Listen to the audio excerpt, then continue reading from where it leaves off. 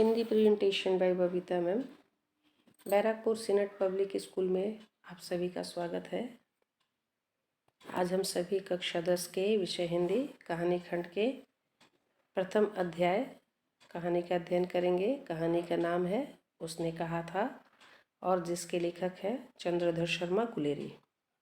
आज हम सभी लेखक चंद्रधर शर्मा गुलेरी जी के जीवन से परिचित हो जाते हैं। भाग 1। जन्म।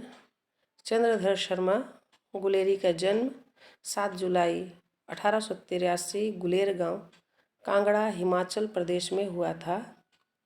उनके पिता का नाम पंडित शिवराम शास्त्री और उनकी माता का नाम लक्ष्मी देवी था। लक्ष्मी देवी पंडित शिवराम शास्त्री की तीसरी पत्नी थी। प्रतिभा के धनी चंद्रधर शर्मा गुलेरी ने अपने अभ्यास से संस्कृत, हिंदी, अंग्रेजी, पाली, प्राकृत और अपभ्रंश भाषाओं पर असाधारण अधिकार हासिल किया। उन्हें मराठी, बंगला, लैटिन, फ्रेंच, जर्मन आदि भाषाओं की भी अच्छी जानकारी थी। उनके अध्ययन का क्षेत्र बहुत विस्तृत था। साहित्य, दर्शन, भाषा विज्ञान, प्राचीन भारतीय इतिहास और पुरातत्व, ज्योतिष सभी विषयों के वे विद्वान थे।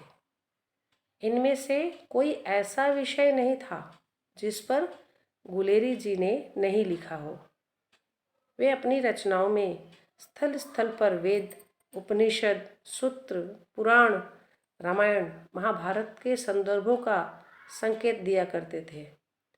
इसलिए इन ग्रंथों से परिचित पाठक ही उनकी रचनाओं को अच्छी तरह समझ सकता था। ग्रंथ रचना की अपेक्षा स्फुट के रूप में ही उन्होंने अधिक साहित्य सृजन किया। शिक्षा। चंद्रधर शर्मा को बचपन से ही घर में संस्कृत भाषा, वेद, पुराण आदि के अध्ययन, पूजा पाठ, संध्या वंदन एवं धार्मिक कर्मकांड का वातावरण मिला। चंद्रधर ने इन सभी संस्कारों और विधाओं को जीवन में शामिल किया। जब गुलेरी जी 10 साल के ही थे तो उन्होंने एक बार संस्कृत में भाषण देकर भारत धर्म महामंडल के विद्वानों को हैरान कर दिया था। पंडित कीर्तिधर शर्मा गुलेरी का यहाँ तक कहना था कि वे 5 साल में अंग्रेजी का टेलीग्राम अच्छी तरह पढ़ लेते थे। चंद्रधर ने अपनी सभी परीक्षाएं प्रथम श्रेणी से पास की। चंद्रधर ने बीए की परीक्षा में भी प्रथम श्रेणी में रहे। उन्होंने अंग्रेजी शिक्षा भी प्राप्त की और प्रथम श्रेणी में पास होते रहे। कलकत्ता विश्वविद्यालय से एफए प्रथम श्रेणी में दूसरे स्थान पर और प्रयाग विश्वविद्यालय से बीए प्रथम श्रेणी में पहले स्थान से पास करने के बाद वे चाहते हुए भी आगे की पढ़ाई हालातों के कारण जारी न रख पाए। हालांकि उनके स्वाध्याय और लेखन कार्य लगातार चलता रहा। करियर।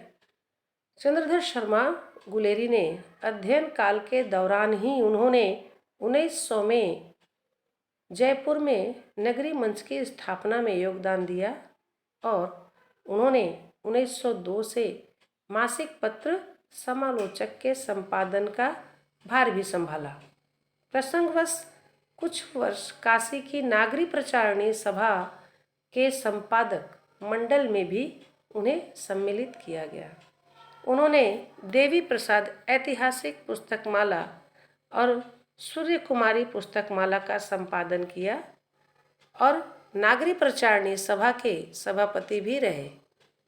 जबलपुर के राजपंडित के कुल में जन्म लेने वाले गुलेरी जी का राजवंशों से गहरा संबंध रहा था। वे पहले खेतड़ी नरेश जय सिंह के और फिर जयपुर राज्य के सामंत पुत्रों के अजमेर के मेयो कॉलेज में अध्ययन के दौरान उनके अभिभावक रहे। 1904 ईस्वी में गुलेरी जी मेयो कॉलेज अजमेर में अध्यापक के रूप में कार्य करने लगे। चंद्रधर का अध्यापक के रूप में उनका बड़ा सम्मान था। अपने शिष्यों में चंद्रधर लोकप्रिय तो थे ही, इसके साथ अनुशासन और नियमों का वे सख्ती से अनुपालन करते थे। उनकी असाधारण योग्यता से प्रभावित होकर पंडित मदन मोहन मालवीय ने उन्हें बनारस बुला भेजा और हिंदू विश्वविद्यालय में प्रोफेसर का पद दिलाया। 1916 में उन्होंने मेयो कॉलेज में ही संस्कृत विभाग के अध्यक्ष का पद संभाला। 1920 में पंडित मदन मोहन मालवीय के उन्होंने बनारस आकर काशी हिंदू विश्वविद्यालय के प्राच्य विद्या विभाग के प्राचार्य और फिर 1922 में प्राचीन इतिहास और धर्म से संबंध मनीन्द्र चंद्र नंदी पीठ के प्रोफेसर का कार्यभार भी ग्रहण किया। इस बीच परिवार में कई दुखद घटनाओं का भी सामना करना पड़ा। उनकी रचनाएं हैं। निबंधकार के रूप में भी चंद्रधर जी बड़े प्रसिद्ध हुए हैं। इन्होंने 100 से भी ज़्यादा निबंध लिखे हैं। 1903 ईस्वी में जयपुर से जैन वैद्य के माध्यम से समालोचक पत्र प्रकाशित होना आरंभ हुआ था, जिसके वे संपादक रहे।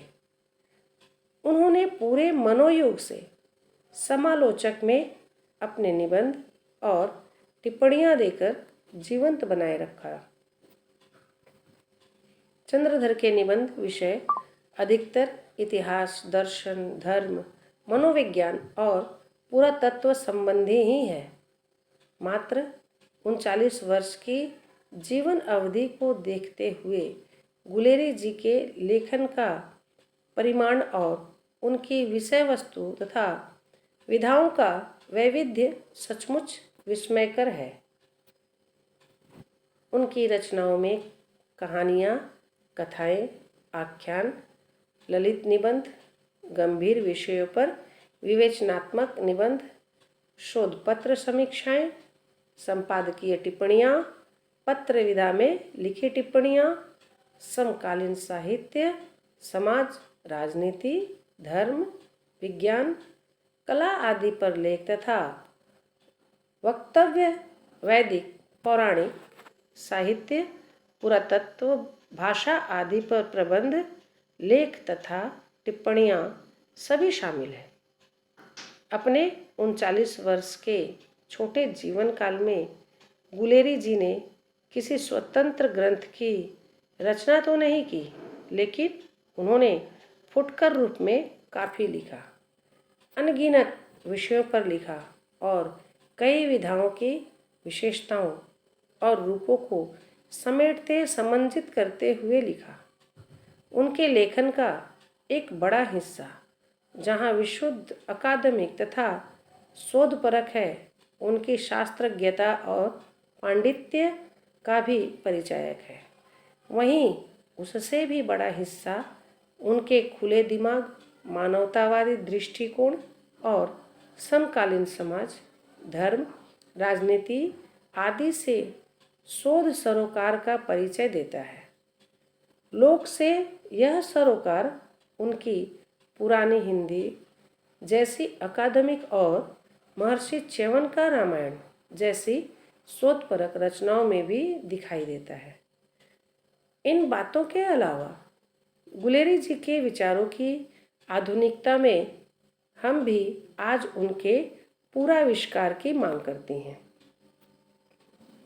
चंद्रधर शर्मा गुलेरी जी की रचनाएं, निबंध, शैशुनाग की मूर्तियाँ, देवकुल, पुरानी हिंदी, संगीत, कछुआ धर्म, आँख, मोरेसी मोही कुठा, कविताएं हैं, एशिया की विजयदशमी, भारत की जय, वेना बर्न, आहिताग्नि, झुकी कमान, स्वागत, ईश्वर से प्रार्थना इत्यादि। और कहानी संग्रह है उसने कहा था, सुखमय जीवन और बुद्धू का कांटा। उनकी प्रसिद्धि चंद्रधर शर्मा गुलेरी को हिंदी साहित्य में सबसे अधिक प्रसिद्धि 1915 में सरस्वती मासिक पत्रिका में प्रकाशित कहानी उसने कहा था के कारण मिली। यह कहानी शिल्प एवं विषय वस्तु की दृष्टि से आज भी मील का पत्थर मानी जाती है। मृत्यु चंद्रधर शर्मा गुलेरी जी की मृत्यु पीलिया के बाद तेज बुखार से मात्र 39 वर्ष की आयु में 12 सितंबर 1922 ईस्वी में काशी में हुई। इस तरह आज हमने चंद्रधर शर्मा गुलेरी जी के जीवन के बारे में पढ़ा। फिर मिलते हैं हम लोग इस कहानी के सारांश और समीक्षा के साथ अगले भाग में। तब तक के लिए धन्यवाद।